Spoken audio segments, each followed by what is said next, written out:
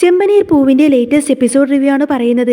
അങ്ങനെ സത്യങ്ങളെല്ലാം മനസ്സിലാക്കിയതിന് ശേഷം വർഷയും ശ്രീകാന്തും നേരെ തിരിച്ച് സച്ചിയുടെ വീട്ടിലേക്ക് തന്നെ തിരിച്ചു പോകുന്ന ഒരു അടിപൊളി സൂപ്പർ ത്രില്ലിംഗ് എപ്പിസോഡൊക്കെ വരുന്നുണ്ട്. മധുസൂദനൻ്റെയും മഹിമയുടെയും ചതിയെല്ലാം തിരിച്ചറിഞ്ഞതിന് ശേഷം തന്നെ ആയിരിക്കട്ടെ വർഷ ശ്രീകാന്തിനോട് പറയുന്നത്, ശ്രീകാന്ത് നമുക്കിനി നമ്മുടെ വീട്ടിലേക്ക് തന്നെ തിരിച്ചു പോവാം. എൻ്റെ അച്ഛനും അമ്മയും ചതിച്ചുകൊണ്ടാണ് സച്ചിയേട്ടനെ കൊണ്ട് അങ്ങനെയൊക്കെ ചെയ്യിപ്പിച്ചതെന്ന് വർഷ തന്നെ തുറന്നു പറയും. അങ്ങനെ വർഷ ശ്രീകാന്തിനെ കൂട്ടിക്കൊണ്ട് തന്നെ സച്ചിയുടെ വീട്ടിലേക്ക് പോകുന്ന ഒരു അടിപൊളി എപ്പിസോഡ് റിവ്യൂ ആട്ടോ ഇന്ന് പറയുന്നത്. അങ്ങനെ വർഷം ഓഫീസ് കഴിഞ്ഞ് തിരിച്ച് വീട്ടിലേക്ക് വരുന്ന വഴി സ്കൂട്ടറിലിരുന്ന് ഇങ്ങനെ ചിന്തിക്കുമായിരിക്കും. രേവതിയേട്ടത്തി ഒരു പാവാണ്. സച്ചിയേട്ടൻ എത്രമാത്രമാണ് രേവതിയേട്ടയെ സ്നേഹിക്കുന്നത്. ഒരു പക്ഷേ സച്ചിയേട്ടനെ ഒരുപാട് വിഷമിപ്പിച്ചതുകൊണ്ട് തന്നെയായിരിക്കും സച്ചിയേട്ടൻ അന്ന് അങ്ങനെയൊക്കെ പെരുമാറിയിരുന്നത്. അച്ഛൻ അന്ന് സച്ചിയോട് രേവതിയേട്ടത്തെ പറ്റിയിട്ട് വളരെ മോശം രീതിയിലാണ് സംസാരിച്ചതെങ്കിൽ ഏതൊരു ഭർത്താവാണെങ്കിലും കൈവച്ചു പോവും. അതിപ്പോൾ എന്നെ പറ്റിയിട്ട് എന്തെങ്കിലും വേണ്ടാത്തതാണ് ശ്രീകാന്തിനോട് പറഞ്ഞെങ്കിൽ ശ്രീകാന്ത് പോലും കൈവച്ചു പോയേനെ. അതുപോലെ തന്നെ അന്ന് സച്ചിയേട്ടനും ചെയ്തിട്ടുള്ളൂ. ഇനി ഒരു പക്ഷേ എൻ്റെ അച്ഛൻ മനഃപൂർവ്വം ഇതൊക്കെ അവരെ കൊണ്ട് ചെയ്യിപ്പിച്ചതാണോ എന്ന കാര്യത്തിൽ എനിക്ക് ഡൗട്ടുണ്ട് എന്നൊക്കെ ചിന്തിക്കാട്ടോ വർഷ. കാരണം ഈ ഒരു പ്രശ്നത്തിന് ശേഷം അവരത്രമാത്രം ആഗ്രഹിച്ചിരുന്നു ഞാനും ശ്രീകാന്തും തിരിച്ച് അവരുടെ വീട്ടിലേക്ക് തന്നെ ചെല്ലണമെന്ന കാര്യം. ഞങ്ങൾ ഇനി സ്ഥിരമായിട്ട് എൻ്റെ വീട്ടിൽ തന്നെ നിൽക്കാൻ വേണ്ടിയിട്ട് അച്ഛനും അമ്മയും മനഃപൂർവ്വം കളിച്ച ഡ്രാമയാണോ ഇത് എന്ന കാര്യത്തിലൊക്കെ വർഷയ്ക്ക് ചില സംശയങ്ങളൊക്കെ തോന്നി തുടങ്ങാൻ. അങ്ങനെ വർഷ ഇതെല്ലാം ചിന്തിച്ചുകൊണ്ട് തന്നെ നേരെ തിരിച്ച് വർഷയുടെ വീട്ടിലേക്ക് കയറി വരുന്ന സമയത്തിന് മധുസൂദനും മഹിമയും അവിടെ ഇരിക്കുന്നുണ്ടാവും. മധുസൂദനും ചോദിക്കുന്നുണ്ട്, ആ മോളെ നീ വന്നോ എന്ന് ചോദിക്കുന്ന സമയത്തിന് ആ അച്ഛ വർക്കൊക്കെ കഴിഞ്ഞിട്ട് വന്നു എന്ന് പറയും. എന്നിട്ട് ശ്രീകാന്ത് ഇടലെ എവിടെയെന്ന് ചോദിക്കുന്ന സമയത്തിന് അവൻ പോയി റെസ്റ്റോറൻറ്റിലേക്ക് പോയി എന്ന് പറയും. മധുസൂദനൻ ചോദിക്കുന്നുണ്ട്, എന്തായി മോളെ ഞാൻ പറഞ്ഞ കാര്യങ്ങളൊക്കെ? ആ ശ്രീകാന്തിന് ഇപ്പോൾ സ്വന്തം വീട്ടുകാരുടെ അടുത്തേക്ക് ഒരു ചായവുണ്ടോ എന്ന കാര്യത്തിൽ എനിക്ക് നല്ല സംശയമുണ്ട് എന്ന് പറയും. അന്നേരം വർഷ ചോദിക്കുന്നുണ്ട്, അച്ഛൻ എന്താ ഉദ്ദേശിക്കുന്നത്? അച്ഛൻ ഇപ്പം എന്താ വേണ്ടതെന്ന് ചോദിക്കുന്ന സമയത്തിന് മധുസൂദനൻ പറഞ്ഞിട്ട്, നിങ്ങൾ രണ്ടുപേരും ജീവിതകാലം മുഴുവൻ ഈ വീട്ടിൽ തന്നെ താമസിക്കണം. ഇനി ഒരിക്കലും നിങ്ങൾ രണ്ടുപേരും ശ്രീകാന്തിൻ്റെ വീട്ടിലേക്ക് പോകാൻ പാടില്ല. അത് തന്നെയാണ് ഞങ്ങളുടെ ആഗ്രഹവും അത് തന്നെയാണ് ഞങ്ങളുടെ ആവശ്യവും എന്ന് പറയും. അന്നേരം വർഷ കുറച്ച് ദേഷ്യത്തോടു കൂടി തന്നെ ചോദിക്കുന്നുണ്ട്, ഓ അതിനു വേണ്ടിയിട്ട് അച്ഛനും അമ്മയും ഏതറ്റം വരെയും പോകുമല്ലേ എന്ന് ചോദിക്കുന്ന സമയത്തിന് മഹിമ ചോദിക്കുന്നുണ്ട്, അതെന്താ മോളെ നീ അങ്ങനെ പറഞ്ഞത്? അന്നേരം വർഷ പറഞ്ഞിട്ട്, ഒന്നുമില്ല അമ്മേ, ഞാൻ കുറേ നേരം ജോലി ചെയ്തിട്ട് ആകെ ക്ഷീണത്തിലാണ്, അതുകൊണ്ട് എനിക്ക് കുറച്ച് നേരം റെസ്റ്റ് എടുക്കണമെന്നൊക്കെ പറഞ്ഞുകൊണ്ട് തന്നെ ഫ്രഷായി വരട്ടെ എന്നൊക്കെ പറഞ്ഞ് വർഷ നേരെ മുറിയിലേക്ക് പോവാണ്. വർഷ അവിടെ നിന്നങ്ങ് പോയതിനു ശേഷം മധുസൂദനൻ ചോദിക്കുന്നുണ്ട്, അല്ല എന്താ അവൾ പറഞ്ഞതിൻ്റെ അർത്ഥം? ഇനി നമ്മൾ ചെയ്തതിൽ അവൾക്ക് എന്തെങ്കിലും സംശയം തോന്നി കാണുമോ എന്ന് ചോദിക്കും. അന്നേരം മഹിമ പറഞ്ഞിട്ട്, നിങ്ങൾക്കിപ്പോഴും അവളുടെ സ്വഭാവം അറിയത്തില്ലേ? അവൾ ജോലി ചെയ്ത് ക്ഷീണിച്ച് ഇങ്ങോട്ടേക്ക് വന്നതിൻ്റെ ആ ഒരു ദേഷ്യമായിരിക്കും അവൾക്ക്, അല്ലാതെ അവളുടെ മനസ്സിലൊന്നും മറ്റൊന്നും ഉണ്ടാവില്ല എന്നൊക്കെ പറയാണ് മഹിമ. വർഷ ഏതായാലും മുറിയിലേക്ക് ചെന്നതിന് ശേഷം ഫ്രഷ് ആവുന്നൊന്നുമില്ല കേട്ടോ. നേരെ ശ്രീകാന്തിനെ വിളിക്കണം. എന്നിട്ട് ചോദിക്കുന്നുണ്ട്, ശ്രീകാന്ത് എന്താ തിരിച്ച് വീട്ടിലേക്ക് വരാത്തത്? എന്താ ഇങ്ങോട്ടേക്കൊന്നും വരാത്തത് എന്ന് ചോദിക്കുന്ന സമയത്തിന് ശ്രീകാന്ത് പറയുന്നുണ്ട്, എനിക്കെന്തോ അവിടെ ഇരുന്നിട്ടൊരു മനസ്സമാധാനം കിട്ടുന്നില്ല. സച്ചിയേട്ടൻ ഇപ്പം എന്നെ കാണാൻ വന്നിട്ടുണ്ടായിരുന്നു. നമ്മൾ രണ്ടുപേരും തിരിച്ച് ആ വീട്ടിലേക്ക് തന്നെ പോകണമെന്നാണ് സച്ചിയേട്ടൻ പറയുന്നത് എന്നൊക്കെ പറയട്ടെ ശ്രീകാന്ത്. അന്നേരം വർഷ പറഞ്ഞിട്ട്, അതെ എന്നെ രേവതി ചേച്ചി കാണാൻ വന്നിരുന്നു. എന്നിട്ട് അന്ന് അവിടെ വെച്ച് നടന്ന കാര്യങ്ങളെല്ലാം തന്നെ പറഞ്ഞു. ശരിക്കും അന്ന് അവിടെ വെച്ച് നടന്ന കാര്യങ്ങളുടെ വ്യക്തമായിട്ടുള്ള കാര്യങ്ങളൊക്കെ എനിക്ക് ഇന്നാണ് മനസ്സിലായത് എന്നൊക്കെ പറയും. ഒരിക്കലും ആരും ഒരാളെ പറ്റി പറയാൻ പാടില്ലാത്ത കാര്യങ്ങളാണ് എൻ്റെ അച്ഛൻ രേവതി ചേച്ചിയെക്കുറിച്ച് പറഞ്ഞത്. ഒരു പെണ്ണാണെന്ന പരിഗണന പോലും കൊടുക്കാതെ എൻ്റെ അച്ഛൻ എന്തൊക്കെയാണ് രേവതി ചേച്ചി വിളിച്ച് പറഞ്ഞതെന്നറിയോ? അതൊക്കെ കേട്ടോണ്ട് നിൽക്കുന്ന ഏതൊരു സ്നേഹമുള്ള ഭർത്താവും ഇതൊക്കെ തന്നെ ചെയ്യുള്ളൂ എന്ന് എനിക്ക് തോന്നുകയാണെന്നൊക്കെ പറയാണ് വർഷ. അന്നേരം ശ്രീകാന്ത് ചോദിക്കുന്നൊരു, പക്ഷേ നീ എന്തൊക്കെയാണ് ഈ പറയുന്നത്? നിന്റെ വിഷമം കണ്ടതുകൊണ്ട് മാത്രമാണ് എൻ്റെ അച്ഛൻ വിളിച്ചിട്ട് പോലും ഞാനൊന്നും പോവാതെ ഇവിടെ തന്നെ നിന്നത്. എന്നിട്ടിപ്പോൾ നീ എന്താ ഇങ്ങനെ വാക്ക് മാറ്റി പറയാണോ എന്നൊക്കെ ചോദിക്കാട്ടോ ശ്രീകാന്ത്. അന്നേരം വർഷ പറഞ്ഞിട്ട്, അതേ ശ്രീകാന്ത്, ക്ലിയർ ആയിട്ടുള്ള ഒരു പിക്ചർ എനിക്ക് ഇപ്പോഴല്ലേ കിട്ടിയത്. രേവതി ചേച്ചി ഒരിക്കലും കള്ളം പറയില്ല. അത്രമാത്രം ചങ്ക് തകർന്നുകൊണ്ടാണ് രേവതി ചേച്ചി എന്നോട് സംസാരിച്ചത്. അവിടെ നടന്ന കാര്യങ്ങളെല്ലാം തന്നെ രേവതി ചേച്ചി എന്നോട് പറഞ്ഞു. അത്രമാത്രം മോശം രീതിയിലാണ് എൻ്റെ അച്ഛൻ പെരുമാറിയത്. ഇത്രയൊക്കെ പ്രശ്നങ്ങൾ അവിടെ ഉണ്ടായിട്ടുണ്ടെങ്കിൽ മനഃപൂർവ്വം അച്ഛൻ അങ്ങനെ ഒരു പ്രശ്നം ഉണ്ടാക്കാൻ വേണ്ടി തന്നെയായിരിക്കും അങ്ങനെയൊക്കെ സംസാരിച്ചത്. കാരണം ചെറിയൊരു മാലയുടെ പേരിൽ ഇത്രമാത്രം പ്രശ്നങ്ങൾ ഉണ്ടാക്കണമെങ്കിൽ ശരിക്കും ആ കുടുംബത്തിൽ നിന്ന് നമ്മളെ അകറ്റാൻ വേണ്ടി തന്നെയാണ് അവർ മനഃപൂർവ്വം കളിച്ചത് എന്നൊക്കെ പറയട്ടെ വർഷ. വർഷയുടെ വാക്കെല്ലാം കേൾക്കുന്ന സമയത്തിന് ശ്രീകാന്ത് പറഞ്ഞതിന്, ശരി ഞാൻ ഏതായാലും തിരിച്ച് വീട്ടിലേക്ക് വരാം. അവിടെ വന്നതിന് ശേഷം നമുക്ക് രണ്ടുപേർക്കും സംസാരിച്ചൊരു ധാരണയിൽ എത്താമെന്ന് പറയും. ആ സമയത്തിന് വർഷ പറഞ്ഞിട്ട്, ഞാൻ ഏകദേശം ചിന്തിച്ച് ആലോചിച്ചെടുത്തു. ഇനി എന്താണ് ചെയ്യേണ്ടത് എന്നതിനെ പറ്റിയിട്ട് എനിക്ക് വ്യക്തമായിട്ടുള്ള ധാരണയുണ്ട് എന്നൊക്കെ പറയായിരിക്കട്ടെ വർഷ. അങ്ങനെ ഫോണൊക്കെ കട്ടാക്കിയതിന് ശേഷം അങ്ങനെ വർഷ കുറച്ച് വെള്ളമൊക്കെ കുടിക്കാൻ വേണ്ടിയിട്ട് ഡൈനിങ് ടേബിളിൻ്റെ അങ്ങോട്ടേക്ക് വന്നുകൊണ്ടിരിക്കുന്ന സമയത്തായിരിക്കട്ടോ മധുസൂദനും മഹിമയും കൂടി സംസാരിക്കുന്ന കാര്യങ്ങളെല്ലാം തന്നെ വർഷ കേൾക്കാൻ ഇടവരുന്നത്. അവർ രണ്ടുപേരും വർഷേനെയും ശ്രീകാന്തിനെ പറ്റി തന്നെയായിരിക്കും സംസാരിക്കുന്നത്.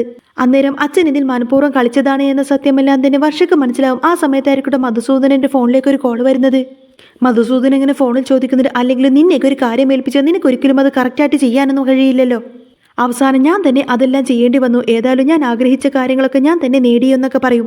അങ്ങനെ ഫോണൊക്കെ കട്ടാക്കിയതിന് ശേഷം മഹിമ അങ്ങനെ മധുസൂദനോട് ചോദിക്കുന്നുണ്ട്, ആരായിട്ടാ വിളിച്ചത് എന്ന് ചോദിക്കുന്ന സമയത്തിന് മധുസൂദനൻ പറയും, നമ്മൾ അന്ന് ആ ഫംഗ്ഷന്റെ സമയത്ത് സച്ചിയെ പ്രകോപിപ്പിക്കാൻ വേണ്ടിയിട്ട് സച്ചിയെ കൊണ്ട് വഴക്കുണ്ടാക്കിപ്പിക്കാൻ വേണ്ടിയിട്ട് ഒരാളെ ഏർപ്പാടാക്കിയിരുന്നില്ലേ, അയാളാണ് വിളിച്ചത്.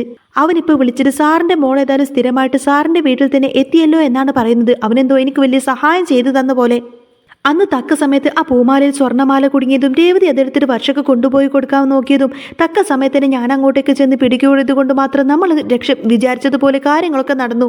അല്ലെങ്കിൽ പിന്നെ നമ്മൾ എന്ത് ചെയ്തേനെ? എന്താണെങ്കിലും കുറച്ചൊക്കെ അടി കിട്ടിയാലെന്താ? ഞാൻ ആഗ്രഹിച്ചതുപോലെ സ്ഥിരമായിട്ട് എന്റെ മോൾ എന്റെ വീട്ടിൽ തന്നെ എത്തിയല്ലോ. ശ്രീകാന്തിനെയും വർഷയും എന്നേക്കുമായിട്ട് നമുക്ക് ഇങ്ങോട്ടേക്ക് പറിച്ചു നടാൻ പറ്റിയല്ലോ എന്നൊക്കെ പറഞ്ഞുകൊണ്ട് തന്നെ മധുസൂദനൻ ഭയങ്കര സന്തോഷത്തിലായിരിക്കും. എന്നാൽ മധുസൂദനന്റെ വായിൽ നിന്ന് ഈ ഒരു വാക്ക് കേൾക്കുന്ന സമയത്തിന്റെ വർഷ ആകങ്ങ് ഞെട്ടിപ്പോവാൻ ട്ടോ. തന്റെ അച്ഛൻ മനഃപൂർവ്വം തന്നെ രേവതി ചേച്ചിയെ കള്ളിയാക്കാൻ നോക്കിയതാണ് എന്ന സത്യമെല്ലാം തന്നെ അച്ഛന്റെ വായിൽ നിന്ന് തന്നെ കേൾക്കാണ് വർഷക്ക് അതൊട്ടും തന്നെ സഹിക്കാൻ കഴിയുന്നില്ല എന്ന് മാത്രമല്ല, വർഷ അത് പ്രതികരിക്കുന്നൊന്നുമില്ല. നേരെ മുറിയിലേക്ക് പോയതിനു ശേഷം ശ്രീകാന്തിനെ വിളിച്ചിട്ട് ഈ നടന്ന കാര്യങ്ങളെല്ലാം തന്നെ വർഷ പറയുന്നുണ്ട്.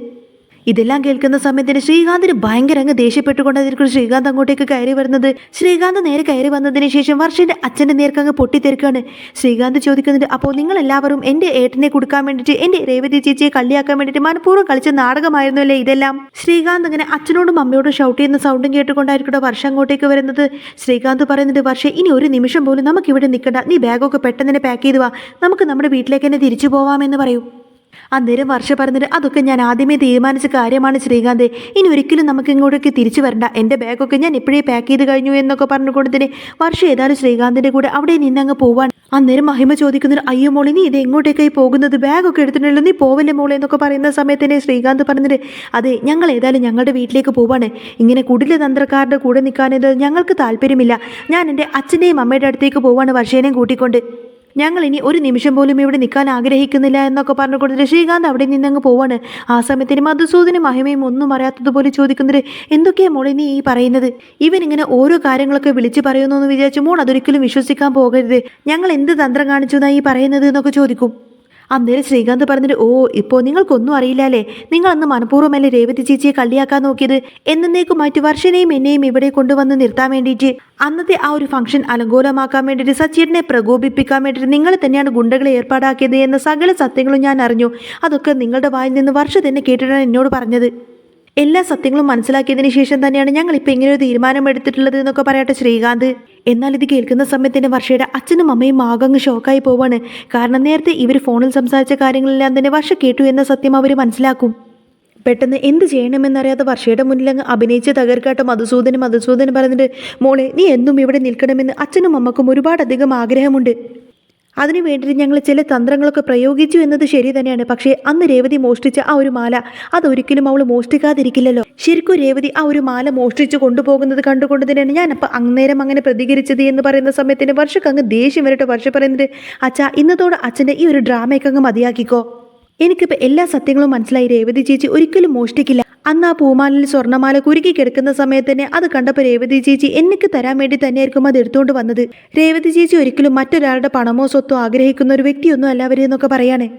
ഞങ്ങൾ രണ്ടുപേരും എന്നേക്കുമായിട്ട് ഈ വീട്ടിൽ വന്ന് താമസിക്കാൻ വേണ്ടിയിട്ടല്ലേ അച്ഛനും അമ്മയും ചേർന്നിട്ട് ഇത്രയും വലിയൊരു ഡ്രാമ കളിച്ചത്. കൊട്ടേഷനൊക്കെ കൊടുത്തിട്ട് ഇത് ഏർപ്പാടാക്കണമെങ്കിൽ അച്ഛൻ എത്രമാത്രം ആഗ്രഹിച്ചിട്ടുണ്ടാവും ഞങ്ങൾ ഇവിടെ വന്ന് നിൽക്കണമെന്നൊക്കെ.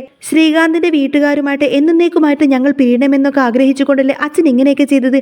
അതുകൊണ്ട് അച്ഛൻ ഇനി ഒരു കാര്യം കേട്ടോ, ഞങ്ങൾ ഇനി ഒരിക്കലും ശ്രീകാന്തിന്റെ വീട് വിട്ട് എവിടെയും നിൽക്കില്ല എന്ന് മാത്രമല്ല, ഇനി ഒരിക്കലും അച്ഛൻ്റെ മോളാണ് ഞാനെങ്കിൽ ഒരിക്കലും ഞാൻ ഈ വീട്ടിലേക്ക് വരത്തുപോലുമില്ല.